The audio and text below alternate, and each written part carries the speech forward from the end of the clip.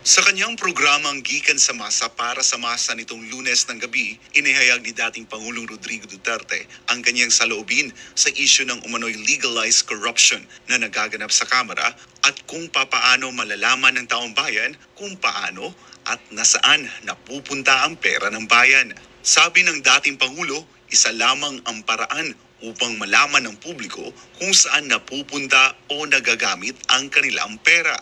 So, the only way really to know the truth of where the money went or where the money goes is to open the books at makikita at each and every congressman kung magkano.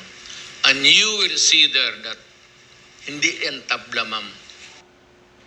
Paliwanag ni Pangulong Duterte na sa pamamagitan ng pagbubukas ng Book of Accounts ng Kamara ay dito malalaman ang lifestyle ng mga politiko. Dito rin aniya matutukoy kung sino sa kanila ang tunay na Pilipino at nagpapanggap lamang na isang makabayan. Kaya hamon ni Pangulong Duterte sa publiko na huwag magbayad ng buwis maliban kung bubuksan ng Kamara ang kanilang Book of Accounts. Hindi naman tayo mag-revolusyon. I will just tell the people, do not pay your taxes until Congress makes it public. Hindi mo masama dyan. I want them to believe, huwag na kayong mag-file ng taxes. Sabihin mo muna sa Congress, pagbayad kami ng taxes, make it public kung saan ang pera namin. At magkano ang nakukuha ninyo. Dagdag ni Pangulong Duterte na ang hamon na ito ay hindi isang banda kundi isang legal demand. It's not a threat.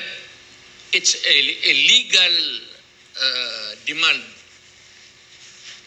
Let me know where my money went or how it was spent. Then I will pay my taxes again this year. Without informing me kung ninanakaw ba ninyo o short change kami o baka ang binigay naming peso, ginawa lang ninyo 50 ang ginastos ninyo, yung 50 kinurakot ninyo, kalukuhan yan. It's a give and take. It's a legal demand. It is not an unlawful demand. I-publish lang ninyo, open the books so that we will know. Ayan, no? House of Representatives at nasa Kongreso. Ano na? Alam nyo mga lords, nakakabingi, no? Ang katahimikan ng mga nasa Kongreso. Nakakabingi ang katahimikan, no? Ng mga nasa House of Representatives. Kasi sa totoo lang mga lods, bakit hindi nila pinapatulan ang mga sinasabi ni former President Duterte? Diba? Parang binabaliwala lang nila. And at the same time, yung isa pang kongresista, no? Yung si Castro, diba? Nagdrama pa. Papakase-case pa siya. Huwag nyo nang likuin, no? Huwag nyo nang ibahin ang issue. No? Kumbaga, ngayon po, sabi ni former President Duterte, ilabas nyo, open book po, saan napupunta. Diba? Ang pera ng taong bayan. Take note ha, take note. May kongresista ding Duterte. Pero yun na, diba? Kumbaga, maglabasan na.